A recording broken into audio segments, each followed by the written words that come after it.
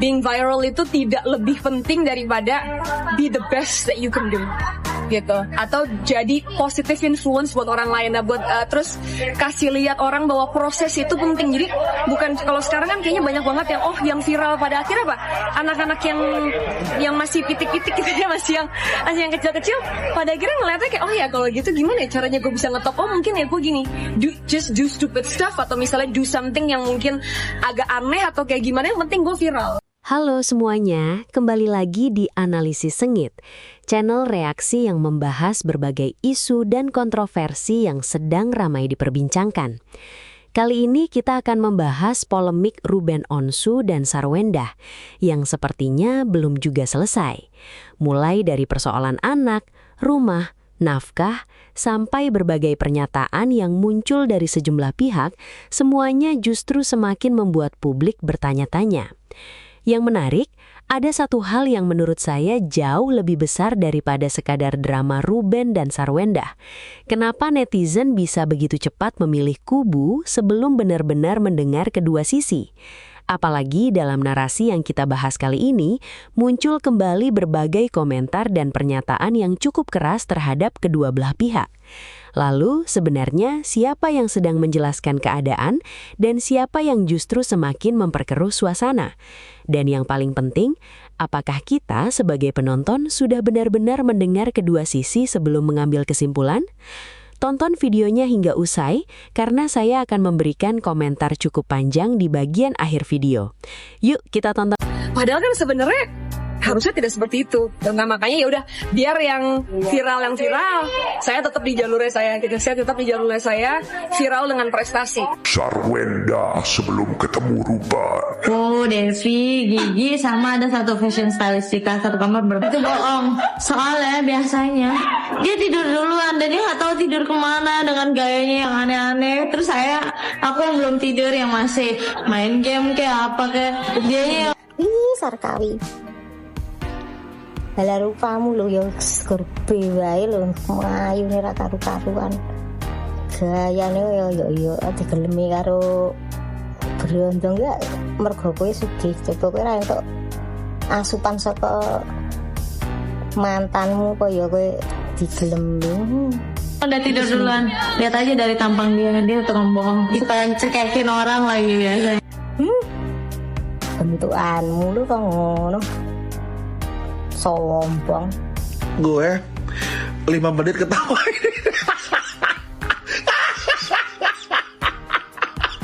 Netizen Indonesia tuh bener-bener ya, lucunya tuh lucu banget, sumpah. Gue ngetawain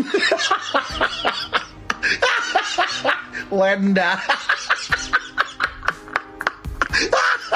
Ya Allah, aduh lucu banget ya Allah. Coba tolong friend kalian spill komentar apa yang menurut kalian paling lucu. Coba tolong screenshot, komen di kolom komentar gue, coba please, gue mau baca. Gue kaget lihat jejak digital Sarkawi yang dulu belum diobras itu mukanya.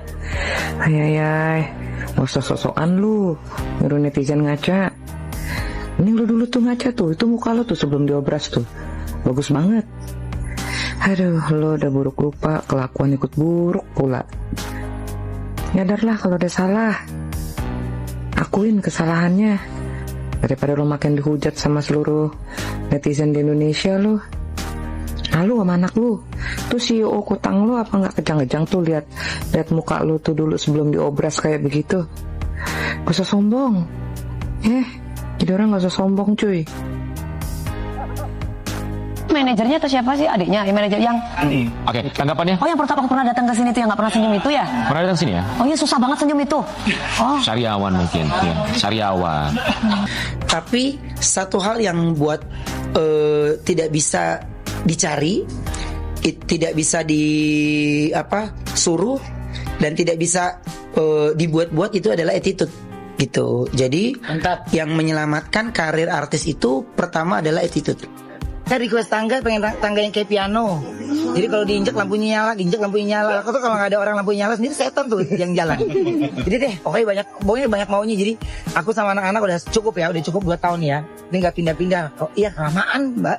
Jadinya tahun ini kan kita mau akhir tahun, jadinya kan mau pergi nggak pergi-pergi lagi. Terus mau survei barang nggak bisa kan, karena semua barang tuh nggak semuanya bisa dibeli, jadi semuanya ngukur sesuai dengan ukuran rumah kan. Kalau furniture kan kalau beli kan udah jadi, nggak sesuai yang kita mau, nanti pas sisanya itu pasti akan ngerusak mata. Tangganya gede banget sih, Bu. Tangganya ini bisa nyala. Kalau nyala lagi. Iya, ini sebenarnya kalau malam dia iya bener. Coba matiin lagi, Bun, matiin lagi. Tangganya bisa nyala. tapi nyalanya sengaja ganjil genap supaya hemat. Oh iya benar-benar. Jadi nyala, enggak nyala. Iya. Oh, tangga aja bisa nyala. Nah kalau ini emang bener-bener impian, pengen punya tangga Itu nyala. Bunda ke. Kalau mau tanya tangga ke Bunda. Iya benar-benar. Jadi Bunda pengen punya tangga yang nyala. Iya benar-benar tangga. Jadi kalau ada slogan menyala bangku, nyala tanggaku. Nyala tanggaku benar juga. Mungkin ini membantu juga ya Bun kalau misalnya. Gimana kita bergosip dulu tentang apa yang Jess? Tentang video yang tadi. Cuman pikirku gini loh, aku nih sebagai perempuan yang tahu diri, perempuan yang baik, perempuan yang lugu, perempuan yang tahu berterima kasih dan bersyukur. Cuman mau agak-agak heran gimana gitu aku, kok sudah diikutin dari semua-muanya. Sampai si mantan suami itu cari uang itu kepala di kaki, kaki di kepala loh kalau aku lihat loh. Iya kan, kok nggak ada gitu rasa sedikit pun gitu loh. Iya kan, keingat gitu, oh dia itu pernah gini-gini dulu sama gue, oh dia itu pernah gini-gini. Sehingga yang terjadi sekarang dia mempersulit anak-anak ketemu gitu loh. Mentang-mentang sudah ngedapatin yang nggak berguna ini, kayak gitu loh. Ya kan, harta orang yang berduit ditukar sama sampah. Kayak gitu loh maksudku. Kok bisa gitu loh, nggak ada sedikit-dikit gitu yang dia ingat kebaikannya si Onsu. Padahal rumah itu nggak jadi-jadi, aturannya setahun 2 tahun, malah jatuh ke 3-4 tahun itu rumah itu jadi. Karena itu dibongkar, nggak sesuai itu dibongkar, anak minta lip bla bla bla. Tapi ujung-ujungnya katanya ya itu semua permintaan anak-anak. Kalau aku sih jarang pakai lip.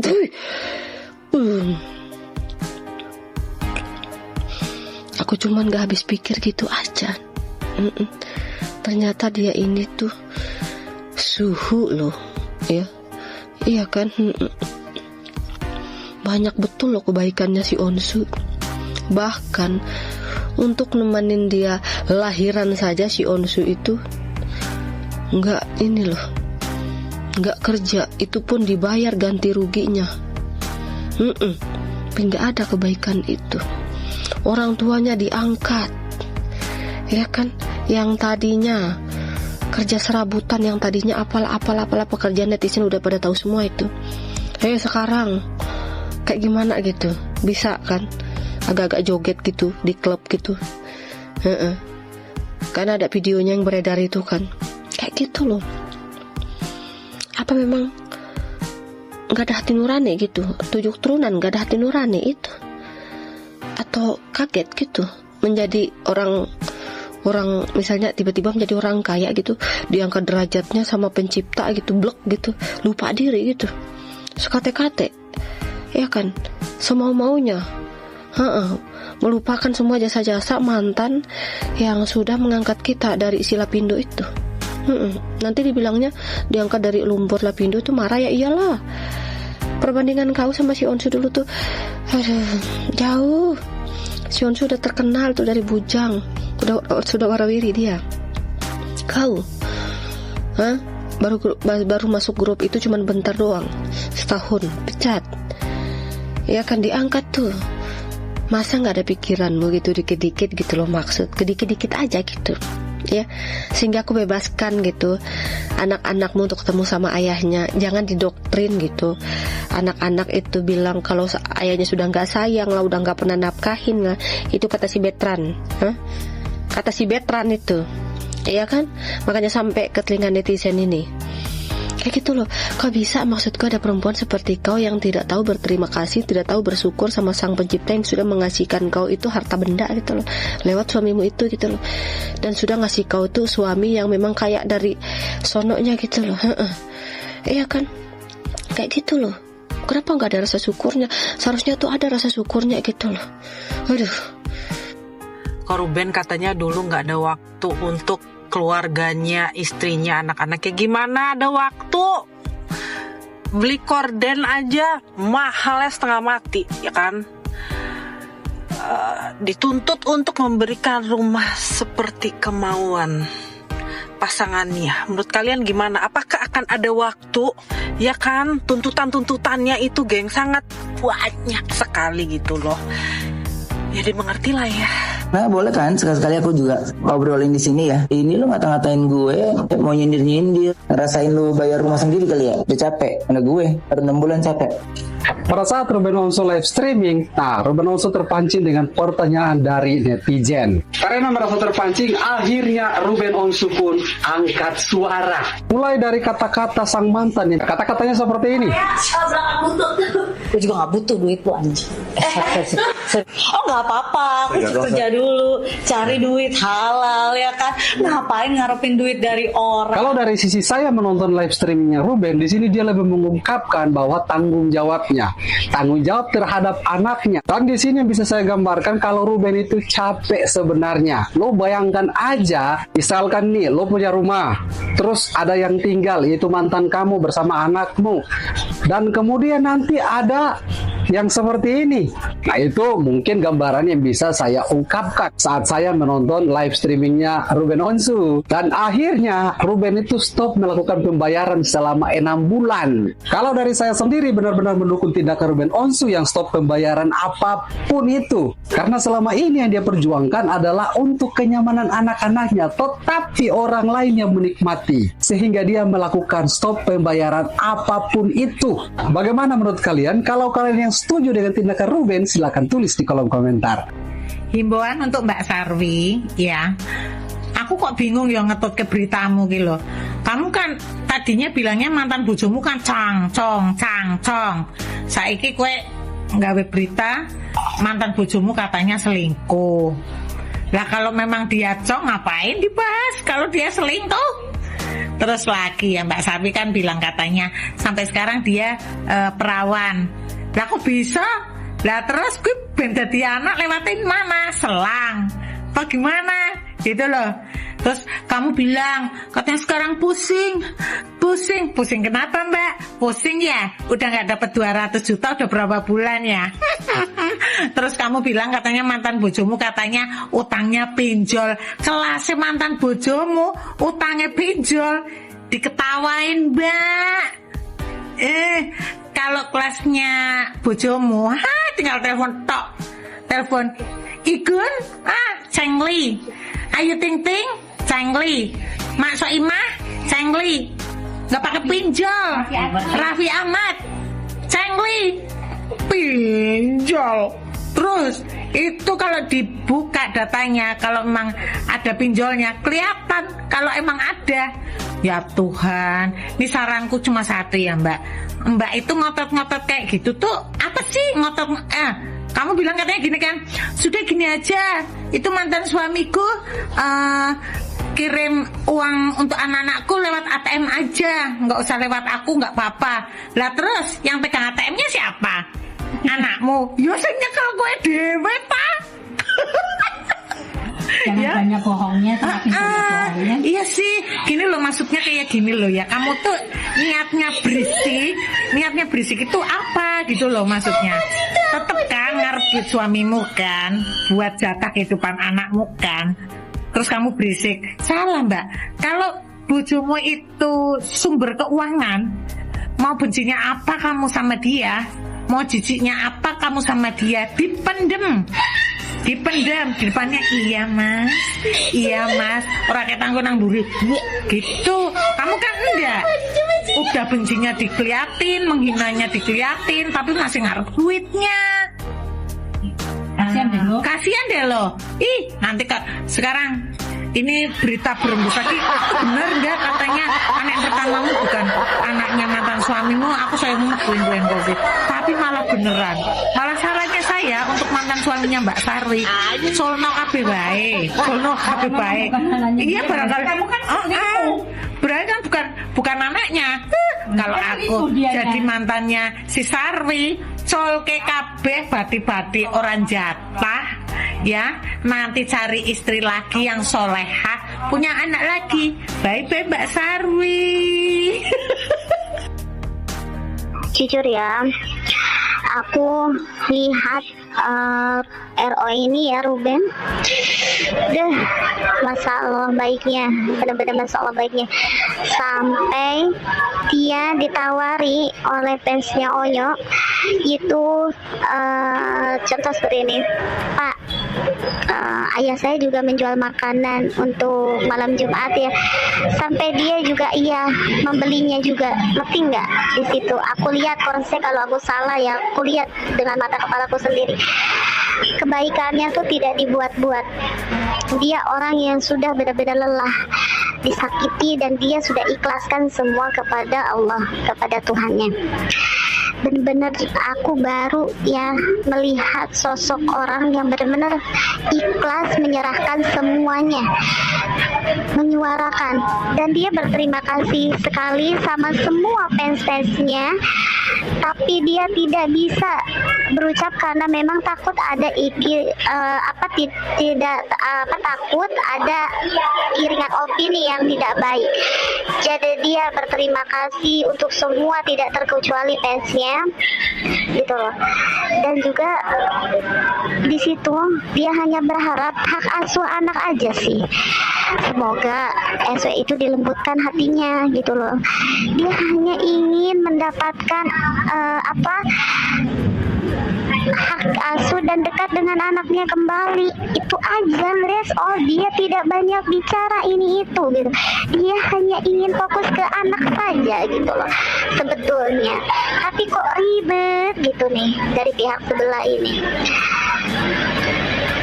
Bahkan dia untuk orang yang membulinya aja dia tidak omongin, ngerti kan? Dari sini aja, kalau dia ingin menggosip mungkin udah menggosip sana sini, tapi dia tidak lakukan hal tersebut gitu. Masih banyak ungkapan-ungkapan yang dia tutupi. Kalau memang dia ingin menjatuhkan pihak sebelah, dia mungkin sudah menjatuhkan atau memframing orang-orang yang sudah jahat ke dia, tapi dia tidak lakukan. Nah, dari situ aku belajar banyak hal. Ternyata jadi orang baik dan jujur itu sangat sulit. Yang tadinya tidak membenci pun jadi benci atas fitnahan, padahal fitnahannya kecil menjadi kemana-mana dan melebar gitu loh. Dan aku sekarang rasakan sendiri, tapi aku nggak goyah karena tujuanku benar menurut versiku. Jadi aku menghargai semua atas perlakuan orang-orang terhadapku, karena aku juga belajar dari kemarin. Aku lihat ketulusan seseorang yang aku belum pernah lihat. Di situ jujur ya. Jadi untuk fans-fans semua tuh dukung. Even ada yang menyakitimu, fokus aja, fokus. Jangan sampai jatuh atau memang kecil hati, jangan. Kalian mau dibully, mau diapa, terus dukung. Kalau memang fans sejati itu, terus dukung. Jangan gentar dengan fitnahan, dengan pembulian, dengan framing, dengan iringan opini yang tidak benar. Fokus. Kalian jadi diri kalian sendiri, terus kalian independen atau memang mau ikut salah satu organisasi, silakan. Dukung, fokus. Gongkan ya. Itu aja. Terima kasih.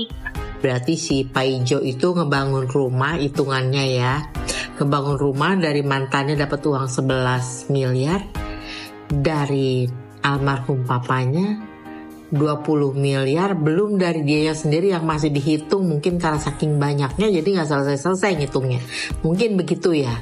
Kalau dari mantan sama dari papanya aja 11 tambah 20 udah 31 M. Wow. Gue sebenarnya nggak terlalu tertarik sama drama Ruben Sarwenda ini. Yang menarik buat gue itu adalah cara netizen Indonesia berpikir. Coba deh perhatiin. Pertama, Sarwenda kan datang ke podcastnya Densu. Habis itu lawyernya Ruben datang ke podcast yang sama. Terus Ruben datang sendirian ke podcastnya Deddy Corbuzier. Jadi informasinya sebenarnya ada, tinggal mau denger dua sisinya atau enggak. Gue sendiri nggak punya waktu buat nonton semuanya, ya udah gue pakai aja tuh fitur Google Gemini yang ada di YouTube. Gue suruh rangkumin podcastnya si Densu dan podcastnya si Deddy Corbuzier. Abis itu gue baru baca nih dua-duanya hasil rangkumannya, karena menurut gue kalau kita mau punya pendapat minimal kita dengar dulu dua sisinya. Dan setelah gue baca, ini menurut gue ya, ini kan urusan suami istri. Dalam perceraian itu jarang banget ada cerita yang 100% benar dan satu lagi 100% salah. Biasanya dua-duanya ya pasti punya alasan atau dua-duanya ngelakuin kesalahan, dan dua-duanya juga punya luka yang mungkin kita nggak tahu. Makanya yang gue heran adalah cara netizen berpikir. Kalau dari awal udah pro Ruben, yang dicari tuh kayaknya cuma fakta-fakta yang menguatkan Ruben. Kalau dari awal udah pro Sarwenda, yang dicari juga fakta-fakta yang menguatin Sarwenda. Padahal tujuan utama kita kan cari kebenaran, bukannya kita harus dengar dua sisi ya. Ini bukan cuma soal Ruben dan Sarwenda. Ini masuk juga ke cara kita nyikapin hampir semua isu. Soal pemerintah, soal Israel-Palestina, soal Iran, soal agama. Kita tuh sering banget milih kubu duluan, baru nyari fakta. Padahal harusnya kebalik, cari fakta dulu, baru nentuin posisi. Karena kalau kita cuma dengar apa yang kita mau dengar doang, yang berkembang itu nanti jadi bukan pengetahuan, tapi fanatisme. Dan fanatisme itu pelan-pelan, itu bikin kita jadi buta sama fakta. Menurut gue, di zaman ketika informasi ada di mana-mana, kecerdasan tuh bukan lagi soal siapa yang paling banyak tahu, tapi siapa yang masih mau dengar sisi yang berbeda dari keyakinannya. Password sisi kedua. Lihat ayah ini sekarang dia dalam posisi yang sebenarnya pura-pura kuat aja. Jadi aku tahu dia sekarang lagi ada di posisi yang lagi terpuruk. Aku bilang sama ayah ya, kita berdua emang gak sedarah, cuman aku menjadi salah satu orang yang paling sayang banget sama ayah. Dan juga agama itu bukan menjadi sebuah kayak ayah udah pindah kepercayaan, aku kecewa sama ayah, aku sakit hati sama ayah. Enggak, kita juga sama-sama percaya sama Tuhan kita masing-masing. Dan aku bilang sama ayah ya, apapun yang terjadi saat ini, aku salah satu orang yang ada di samping ayah terus. Dan juga kita lewatin ini bareng-bareng. Aku gak peduli orang-orang di luar mau ngomong apa gitu. Aku bangga sama ayah, aku bangga punya ayah. Aku bangga punya ayah yang kerja keras, bangga sama ayah yang sayang sama anak-anaknya. Aku tahu dia sekangen apa sama Cici sama Nia, begitupun aku bilang sama ayah, ayah nanti bakalan mereka tahu segimana ayah perjuangin mereka untuk kasih sayang ayah buat mereka. Nanti mereka tahu sendiri. Aku sering chat Cici lewat statusnya, dia sering pasang status di WA game-game gitu, aku komen gitu, Cici sehat, lagi apa gitu. Gak usah peduliin siapapun itu, gak usah peduliin kalau misalkan emang adik-adik kangen sama ayah, mereka ntar yang cari ayah. Sama kayak aku kangen sama ayah, aku yang cari ayah gitu. Jadi untuk permasalahan itu ayah pokoknya sehat-sehat terus gitu. Aku pasti bakalan marah besar kalau misalkan ayah sakit gara-gara mereka, ayah masuk rumah sakit lagi gara-gara mikirin mereka terus. Perdebatan antara ayah dan bunda pun aku menyaksikan sendiri juga permasalahannya itu seperti apa. Aku cuma bilang sama ayah harus kuat-kuat terus, sehat gitu. Terima kasih udah ibadahnya ayah itu gak pernah ayah tinggalkan. Dan juga terima kasih juga udah sayang sama aku dan Talia Tania. Gak apa-apa ya, kita lewatin ini bareng-bareng. Dan aku yakin ini semua pasti bakalan berujung baik untuk kita juga. Dan Kuncen yang nemenin aku pun udah ngomong kok di media sosial, tidak ada pesugihan sama sekali yang aku lakukan gitu. Ya pokoknya udah difitnah lah kok. Pesugihan Gunung Kawi. Oke, ini masih terkait dengan tuduhan Sarwenda melakukan pesugihan di Gunung Kawi. Bahkan ada netizen yang mengatakan kalau Sarwenda itu mengorbankan orang tuanya, yaitu bapaknya, untuk menjadi tumbal di Gunung Kawi. Tetapi menurut Sarwenda, keperluan dia ke Gunung Kawi itu melakukan syuting film. Dan banyak juga netizen yang mempertanyakan tentang film itu, apakah sudah tayang atau belum. Dan kemudian saya membaca komentar dari netizen. Yang namanya ruang publik, siapa saja bisa berkomentar. Dari komentar yang satu ini, itu ada kaitannya dengan sakitnya Ruben waktu itu. Kalau untuk komentar yang ini, saya tidak bisa berbicara lebih. Dan yang lebih kocak, ada yang berkomentar seperti ini. Gimana kalau Uya Kuya itu hipnotis Sarwenda? Apakah Sarwenda berani untuk dihipnotis? Kalau menurut kalian semua, apakah masalah ini harus Uya-Kuya yang menyelesaikannya dengan cara hipnotis? Kalau kalian setuju, tulis di kolom komentar. Kamar itu baru dikasih sajen baru, kepala bebong. Dan 8 foto itu udah diiket-iket.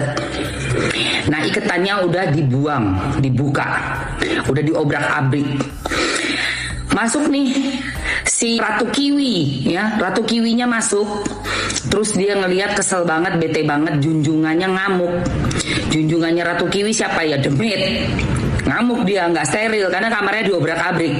Itu kan tempatnya mereka bersatu padu. Ya, bersatu padu secara goib. Ini memang nauzubillah min dzalik ini. Ini udah berapa bulan nggak gue bahas ya, gue bahas sekarang. Apa tujuan dari Sarkiwi ini mengunggah atau mengupload video full CCTV yang pertengkaran itu ya? Ini ya.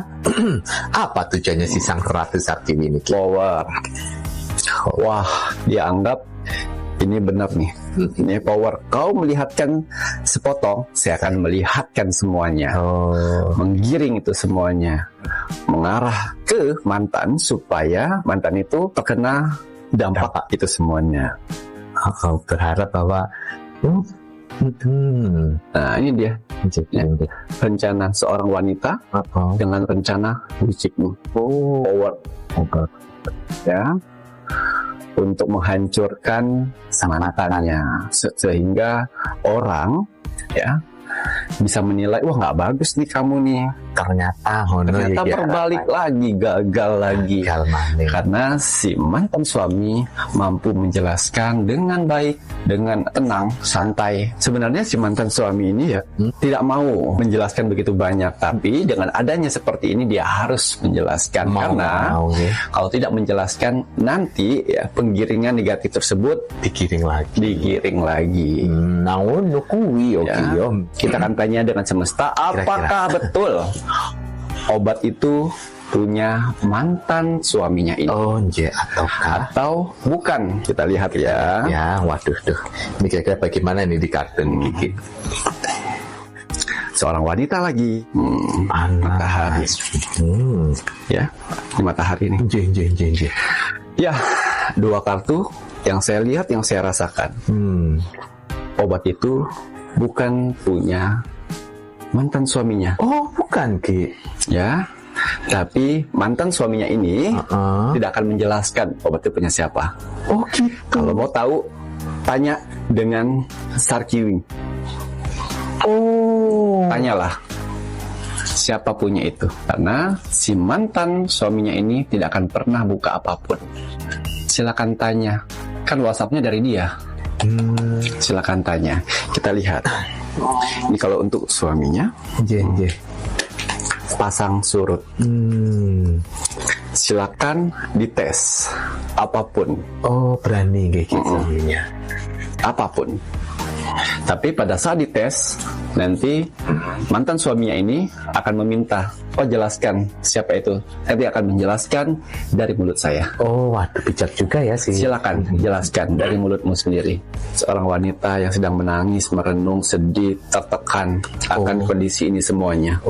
Sarkiwi. Ya. Ayo dong, bantu saya dong. Dan akan membantunya siapa? Ini dia, serigala. Adik dari mantan suaminya. Ya, mengadu nih. Mengadu sama itu. Ya sudah, saya akan bantu nanti. Saya tahu kok rahasia-rahasia lagi. Keluarkan sayang. Keluarkan, ya. Keluarkan semua untuk menghantam kakak kandungmu sendiri. Keluarkan. Jangan sampai nanti kau mengeluarkan sesuatu, kau 10 kali ucapan, ya. Kakak kandungmu 1 kalimat saja nanti buar, meletus gitu Ki ya. Wah, hati-hati ya. Obelah tuh orang-orang itu daripada darah dagingnya sendiri. Ya. Sedih orang lain ya, kau bela, tapi sakitnya kakak kandungmu yang menghidupkan. kau hianati, hancur kau. Tapi kan keringat bersama mengalahkan segalanya. Ya awalnya coba-coba. Awalnya coba-coba, ketagihan keringat bersama. Loh kok itu yang punya podcast sebelah yang kemarin mantan suaminya itu nggak datang diwakilin sama kuasa hukumnya kok seakan-akan tahu masalah ini ya, bilang katanya saya tahu benar konflik ini dan saya tidak mau mempublikasikan. Situ keluarganya, situ teman dekatnya, saudaranya. Apakah Anda di dalam permasalahan tersebut atau di dalam rumah tangga tersebut? Kok seakan-akan tahu benar masalah ini ya kan? Atau mungkin kamu sakit hati ya karena tidak hadir di podcast kamu ya, diwakilkan oleh kuasa hukumnya? Malah datang ke podcast teman dekatnya si sebelah. Ya, kenapa? Alih-alih ya mau menjadi penengah, bilang aja mau ikut-ikutan nimbrung ya, gak usah sok-sokan paling tahu konflik ini ya. Kamu tuh nggak diajak ya. Gue tuh nggak ngikutin kasus RO dan si S secara keseluruhan ya, tapi gue merhatiin respon reaktifnya si DS, si pemilik podcast DS itu setelah si RO ini masuk ke podcastnya si DC. Menurut gue nggak tahu ya ini, tapi gue ngeliat itu kayak lah kenapa lu heboh, kenapa lu reaktif ketika si RO ini masuk podcastnya si DC? Yang pertama itu haknya si RO untuk mau bicara di podcast manapun. Mungkin di podcastnya si DC dia lebih ngerasa kayak ngobrol sama temen gitu, nggak dikulik-kulik, nggak ditanya-tanya hal-hal yang nggak penting gitu. Yang kedua, gue ngeliat si DS ini kayak ngerasa dia itu harus menyelesaikan permasalahan ini, padahal kan ini permasalahan orang. Kenapa podcast lu jadiin tempat kayak lu seakan-akan ngerasa lu harus menyelesaikan permasalahan ini? Enggak gitu dong, podcast itu di tempat kita ngobrol. Gak semua yang dibahas di podcast itu untuk nyelesain masalah orang. Ya terserah orang yang mau datang ke situ untuk klarifikasi, hanya untuk ngobrol, hanya untuk membuka behind the scene atau behind the whole story. Ya terserah si narasumbernya gitu. Jadi gue sangat memahami kenapa si RO ini gak mau datang ke podcastnya DS, tapi dia mau datang ke podcastnya DC. Karena dia ngerasa di podcastnya DC ini dia lebih diperlakukan sebagai teman gitu loh. Pertanyaannya pertanyaan kayak pertanyaan tongkrongan lah, ngobrol, ngalir, nggak diinterogasi, nggak di push untuk gimana sih ini biar cepat selesai. Enggak, karena kan yang pengen cepat selesai harusnya kedua orang ya. Kenapa si pemilik podcast yang pengen ini masalah selesai? Itu kan menurut gue, aduh udah gitu kenapa dia harus reaktif dengan si RO ini lebih memilih podcastnya si DC gitu ya. Terserah dia, itu hak dia. Menurut gue makin kesini makin kayak lu itu media, lu tuh podcast gitu loh. Lu bukan center of the world. Gak semua orang harus ngobrol sama lu, gak semua orang harus nyelesain masalah di tempat lu. Cek, gue gak butuh duit lu. Aduh, coba barunya kemana tuh sekarang tuh yang nemenin dari kemarin yang live. Rwenda, ini saran dari gue. Mendingan lawyer lu tuh lo ganti ya, biar tidak biar nggak runyam gitu loh. Penggiringan opini itu bikin rusak gitu loh ya. Dulu dia ngomong itu mantan ayah, sekarang dia ngomong kemarin dia ngomong lagi ya kan, nanti kalau ibunya sering disakitin anaknya akan makin membenci ya. Terus waktu ini lagi dia ngomong katanya uang 200 juta itu untuk nafkah suami istri ya. Sementara kan lo tahu sendiri dan lo ngerasain sendiri, bener gak? Sewaktu kalian bersama, sewaktu kalian menikah, jangankan 200 juta ya, itu kompor gas lo ya, yang buat lo masak terasi itu seharga 1 miliar ya kan? Lo sendiri yang kan yang bilang kan? Terus belum barang-barang branded yang ada di wardrobe lo tuh ya enggak?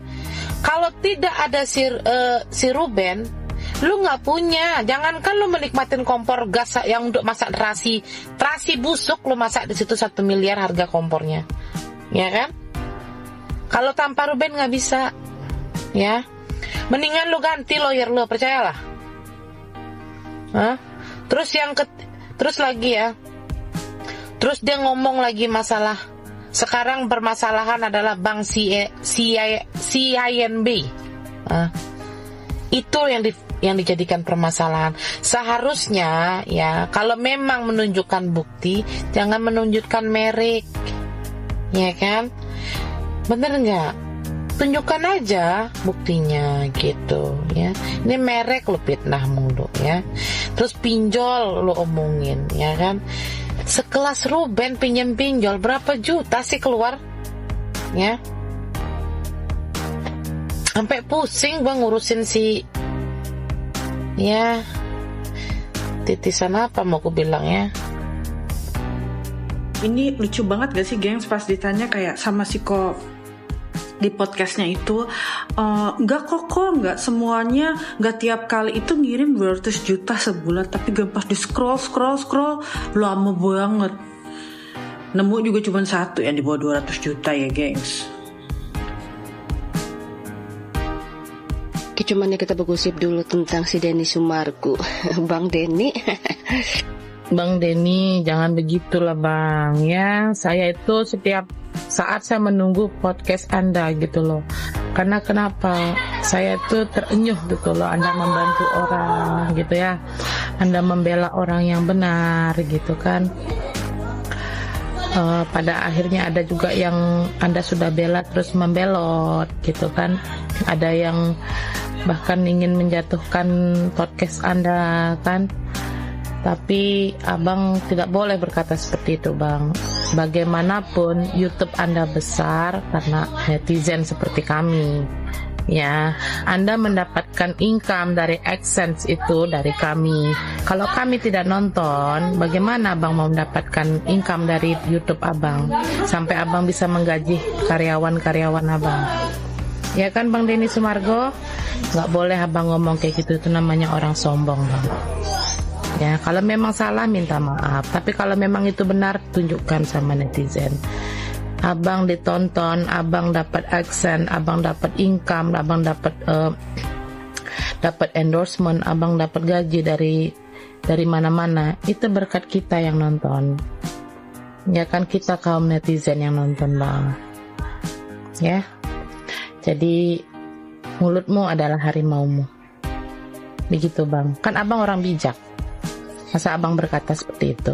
Ini si Wenda sudah klarifikasi lagi guys soal ucapan dia yang di podcastnya Bang Densu. Kalau kalian nonton di podcastnya Bang Densu itu ya guys ya, si Wenda tuh bilang katanya anak itu kan dibulbul gitu ya guys ya. Jadi mereka itu tuh dibully itu di akun sosial media miliknya dan juga sosial media sekolahan katanya gitu. Jadi kalau anaknya dibully di sekolahan itu enggak ya guys ya, enggak. Jadi itu tuh cuma di sosial media doang. Tapi jujur ya guys ya, kalau orang tuanya lagi ada masalah segala macam gitu ya, please banget ya netizen jangan membuli anaknya, nggak boleh. Kata gue tuh nggak fair guys, kalau misalnya anaknya tuh kena juga tuh nggak boleh. Siapapun artisnya kalau lagi ada kena masalah segala macam, please anak nggak boleh dibawa-bawa. Kalau dalam kasus ini, kalau kalian pendukung si Wenda ya lu berarti ini si Ruben Onsu kan. Kalau kalian pendukung Ruben Onsu ya berarti ini si Wenda gitu kan. Kita tuh harus fair ya guys ya jadi netizen. Jadi nggak boleh tuh anaknya sampai kena, sampai dibully, sampai dikatain. Apalagi kata-katanya tuh kayak yang gila banget gitu. Nggak boleh, oke? Gue berpikir gue kuat, gue berpikir gue bisa ngelewatin itu semua, tapi nggak bisa. Ketika semuanya dirampas, itu saatnya akhirnya gue mendekati diri, dan akhirnya alhamdulillah sisi positifnya, akhirnya gue nggak ngerasa sepi ketika gue punya Allah, dan akhirnya pelan-pelan Allah balikin satu persatu. Allah bukakan gitu satu persatu. Jadi gue harus bangga karena gue pulih. Allah yang pulihkan nih. Ya, jadi kalau mau sok suci, sok alim, gue cuma ngomongin dong. Ketika orang berbicara yang benar, lu bilang sok alim. Nah, bukan si A si B yang ngubah gue, ya Allah yang ngubah. Ya gue sampaikan jujur, bukan sok alim. Ya, bukan udah kayak gini aja larinya ke agama. Nah, memang harus larinya ke agama. Hidup kita harus punya pondasinya agama. Kok kayak pengennya tuh semuanya dipublikasikan gitu loh, dipublikasikan. Gue heran banget gitu, dari yang awal pertama kali kita ajak netizen tahu ya tentang kasusnya Koko Ruben ya, itu kan dari diundang wartawan untuk preskon tentang DC, tentang tagihan-tagihan, itu awal mula, itu dimulai dari situ loh guys. Ilmu menghasutnya udah nggak mempan. Masih nggak ngaku lagi menghasut siapa?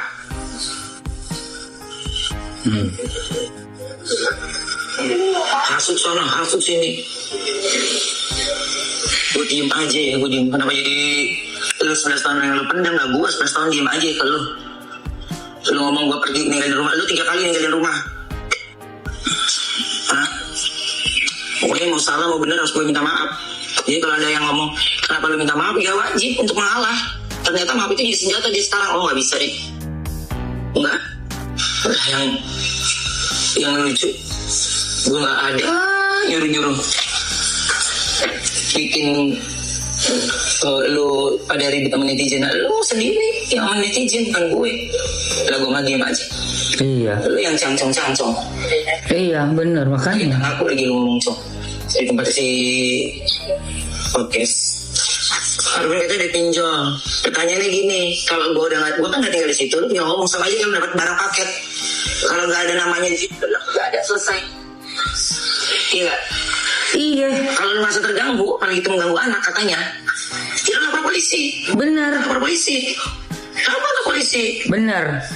Head comment lapor polisi.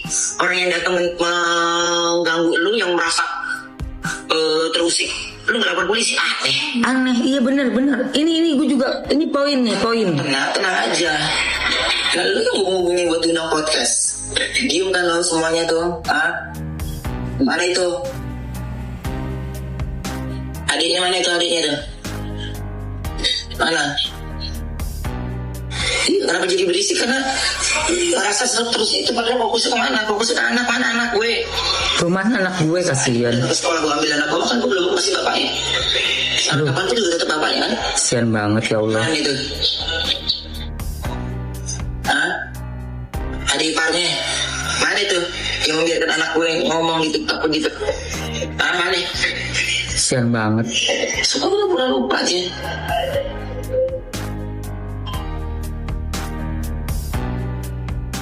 Halisi. Nah itu Tania lahir dari mana?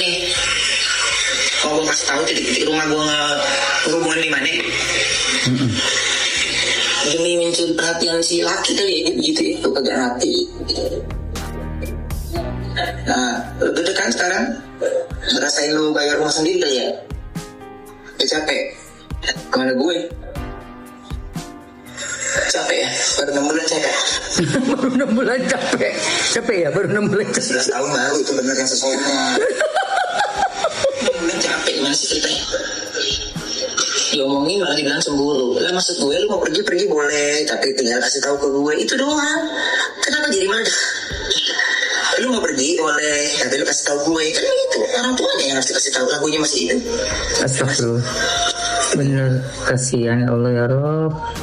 Kasihan lu Ben. Iya gitu ya sekarang. Nah dulu, sekarang udah cerai bu. Iya. Gimana sih? Bener. Paling ogel tuh nonton di tempat podcast. Yes.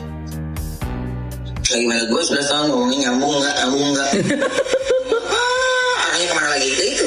Ya Allah. Tapi ngomongin tentang hotel, harus gue naruh anak-anak gue di hotel 1 bulan. 1 bulan gila. Selatan Pacific Place 3 kamar. Bahasa selingkuh. Tanya tentang rincian. Mana kan kartu kredit itu kan ada selalu bagi 2.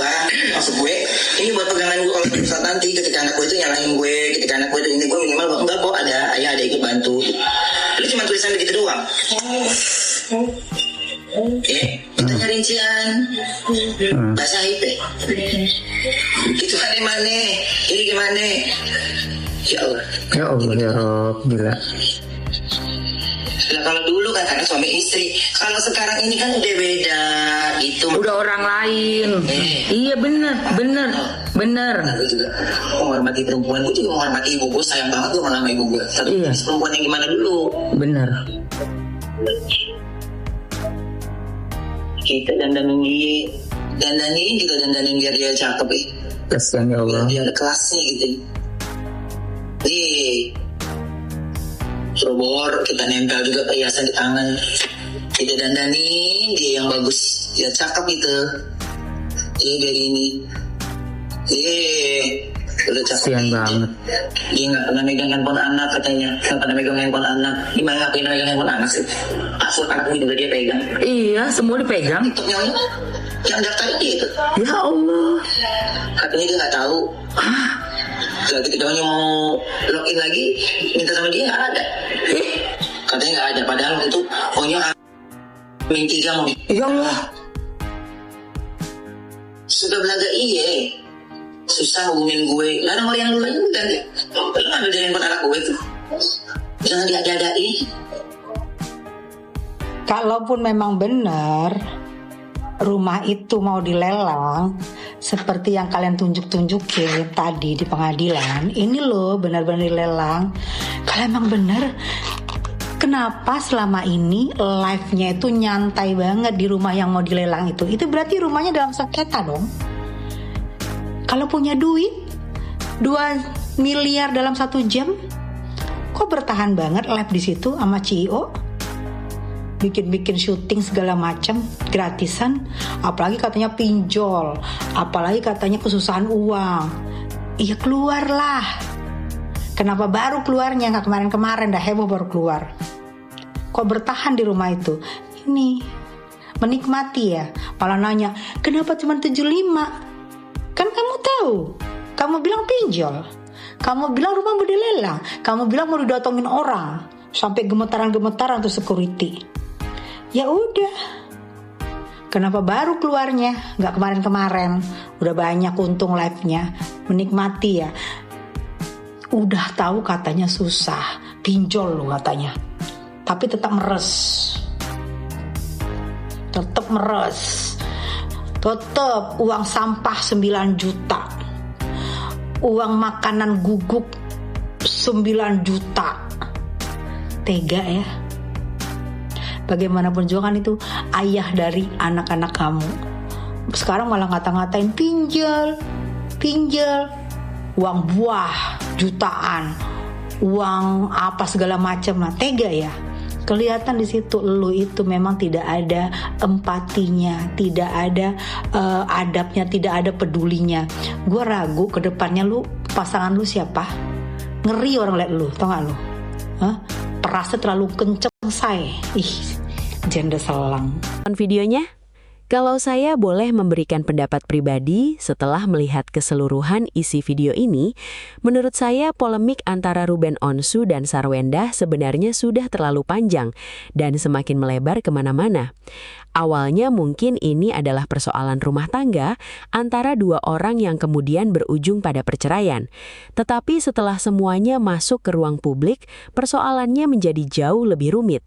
Ada pernyataan dari Ruben, ada pernyataan dari Sarwenda, ada komentar dari keluarga, ada komentar dari orang-orang yang merasa mengetahui persoalan mereka.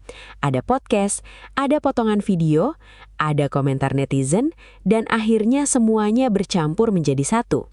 Yang membuat saya pribadi cukup heran adalah bagaimana masyarakat kemudian seolah-olah berlomba menentukan siapa yang paling benar dan siapa yang paling salah. Padahal kita sebagai penonton sebenarnya tidak pernah berada di dalam rumah tangga mereka. Saya sendiri melihat bahwa kita harus sedikit lebih hati-hati dalam menyikapi kasus seperti ini.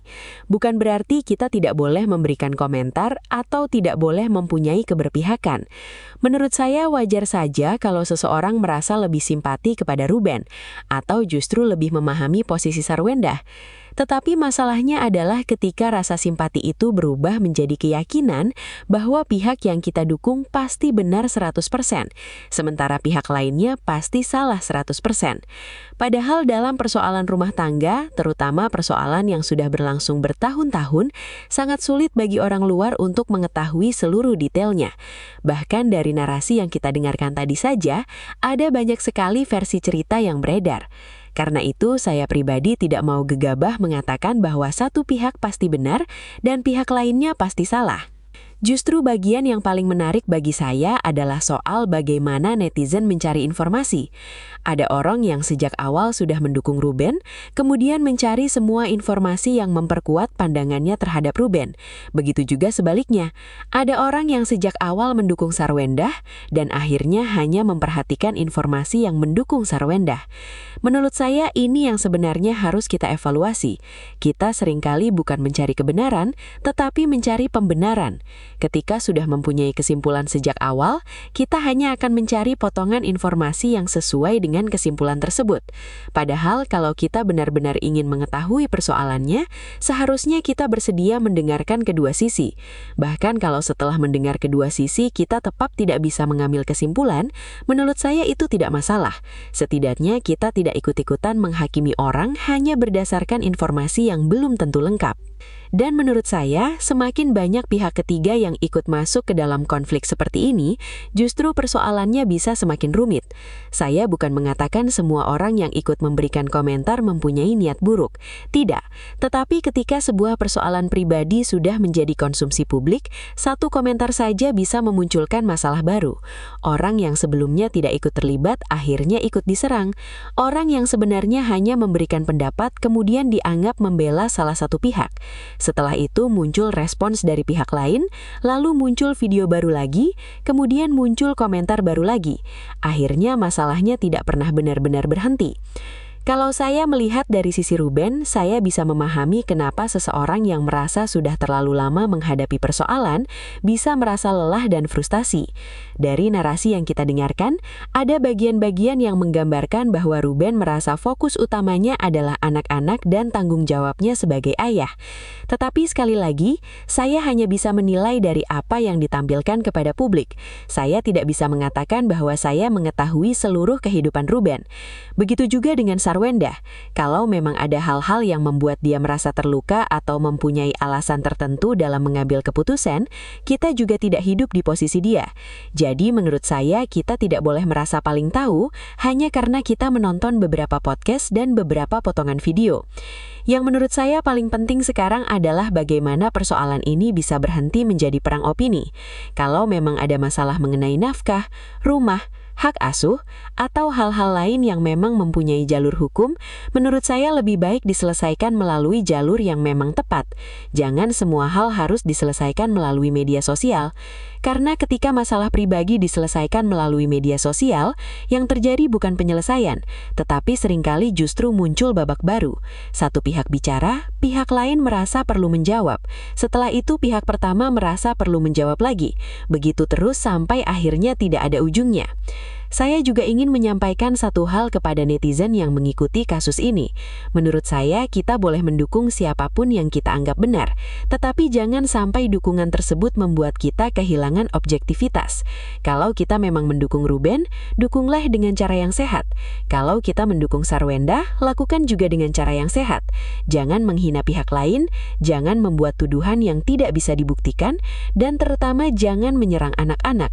Saya justru merasa bahwa ketika seseorang benar-benar mendukung idolanya atau tokoh yang dia sukai, seharusnya dia tidak perlu menjatuhkan orang lain untuk menunjukkan dukungannya.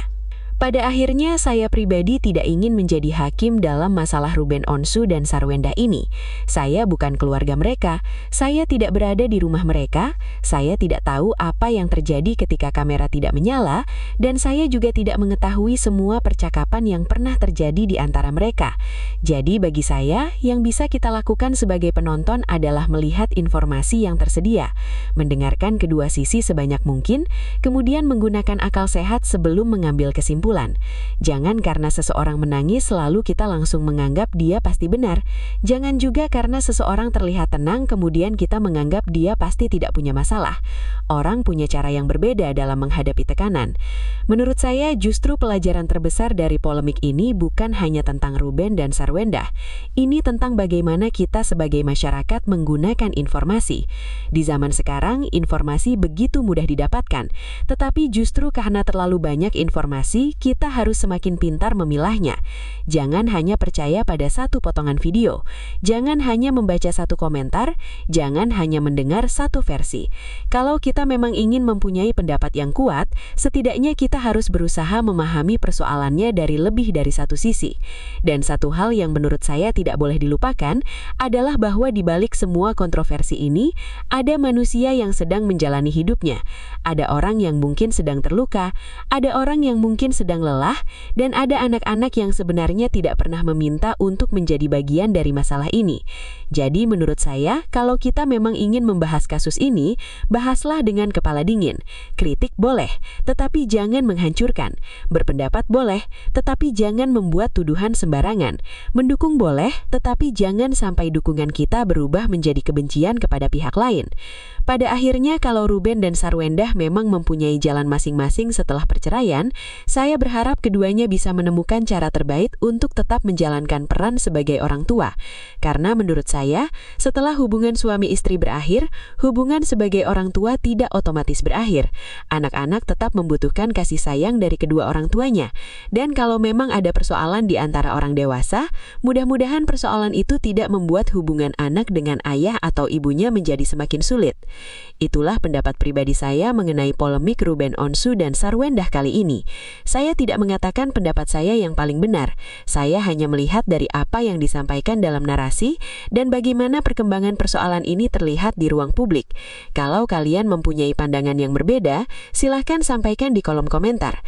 Saya justru ingin membaca pendapat kalian selama disampaikan dengan alasan dan tetap menghormati pihak-pihak yang terlibat. Karena menurut saya, berbeda pendapat itu biasa. Tetapi tetap menggunakan akal sehat dan menjaga batasan adalah sesuatu yang jauh lebih penting.